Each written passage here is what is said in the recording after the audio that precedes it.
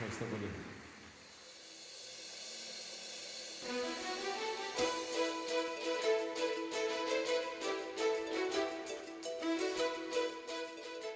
There's lots of definitions out there. So what we're going to show you today, we're not going to tell you this is the only way to do it. What we want to try and do is give you some ideas that you might be able to think about your business in different ways. And we'll do it through taking you through a case study, but it's only just to show you the process. And we have to start off with a brand that we think has got it right? So this was in the Sydney Morning Herald back in 2008. And you know, Apple, whether you like Apple or not, it's doing well as a brand. It's up there with one of the best brands in the world because it consistently makes a huge amount of money. These results were from the latest one. Is it $43 billion in revenue? Right, so it's doing okay as a company. You get the idea of what type of organisation it was, pretty staid organisation, and that's what we came to. So, talk about branding. This was on the back wall of their branch, right? Like, where's MacArthur on this? I mean, you can just see it just there. But the rest is just this Visa brand, and I don't know what else is happening. So that's what they were. This is their website, and enter this marketing strategy. The point about what we're showing you here is that when you develop a strategy, it's not us developing, Graham and I, or BrandQuest or whatever. It's actually, you have to develop with the owners of the company, right? Because it's not, a lot of time we see people say, you know, just give us the information, we'll come back and give you the answer. That can't possibly work, because how can we possibly capture, how can we get the essence of what your brand's about? And your knowledge of your own industries is going to be much more than what ours will be. So that's the process. We sit down and we go through this process. Excuse me, Dawson, can I ask a question? In the MacArthur example here, who was it who sort of decided that what they were doing perhaps wasn't what they needed to do? Was there someone particular in the organisation who went, it's time for change? Or? The board hired the new general manager with one of his things was to help grow the brand. Right. Now these guys happen to exist in Camden and around that the Wollondilly local government area. Happens to be, by the way, in the next 10 years, the fastest growing area in Australia, right? 200,000 families are moving into that area in the next 10 years. So they wanted to be able to have a brand that could connect to that and grow. If I was a cola manufacturer, do I compete in the cola market? Do I compete in the soft drink market? Do I compete in the beverage market?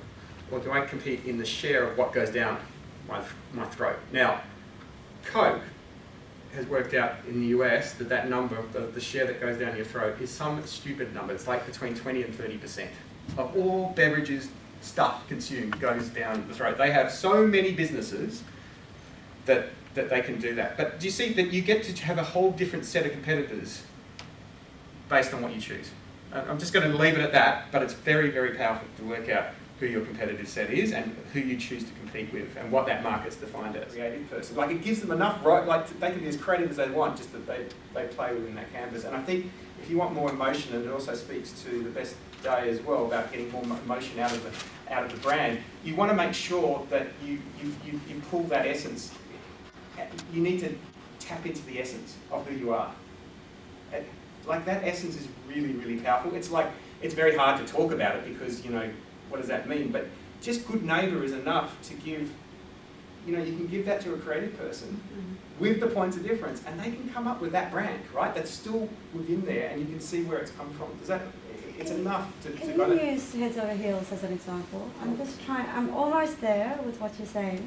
So we're kind of halfway through Heads Over Heels, so we're at the process. 90%. No, well, I hope so. no, but we've gone is there through something that everyone can relate to?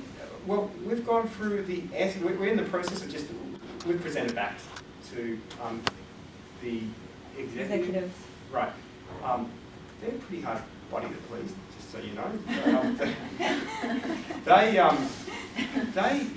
So we've given the positioning, and we've gone back like probably 5 or 6 times, and the only last bit that we're working on is the essence. It takes that long to get right, and we haven't actually got that 100, like, we're still backwards and forwards, because it doesn't mean anything like good neighbour, these 2 words. It might be vitality, it might be, but they mean so much to the actual company once you get it right. Remember, it's internal. It's not going to ever see the light of day, but it's internal. And it's more as a catch cry to sum up what the company's about.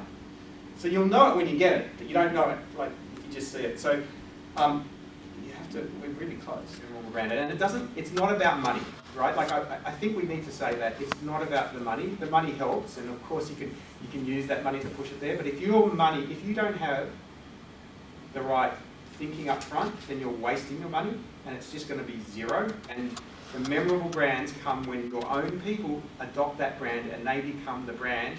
And the brand is much more than just you guys. So marketing is a mixture of art and science.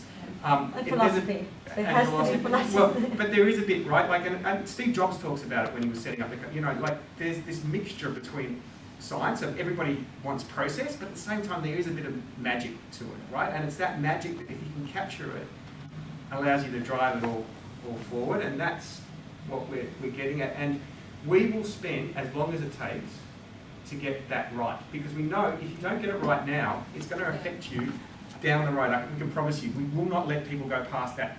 So Heads Over Heels wants to now move on to a new logo, and that's clear that they need.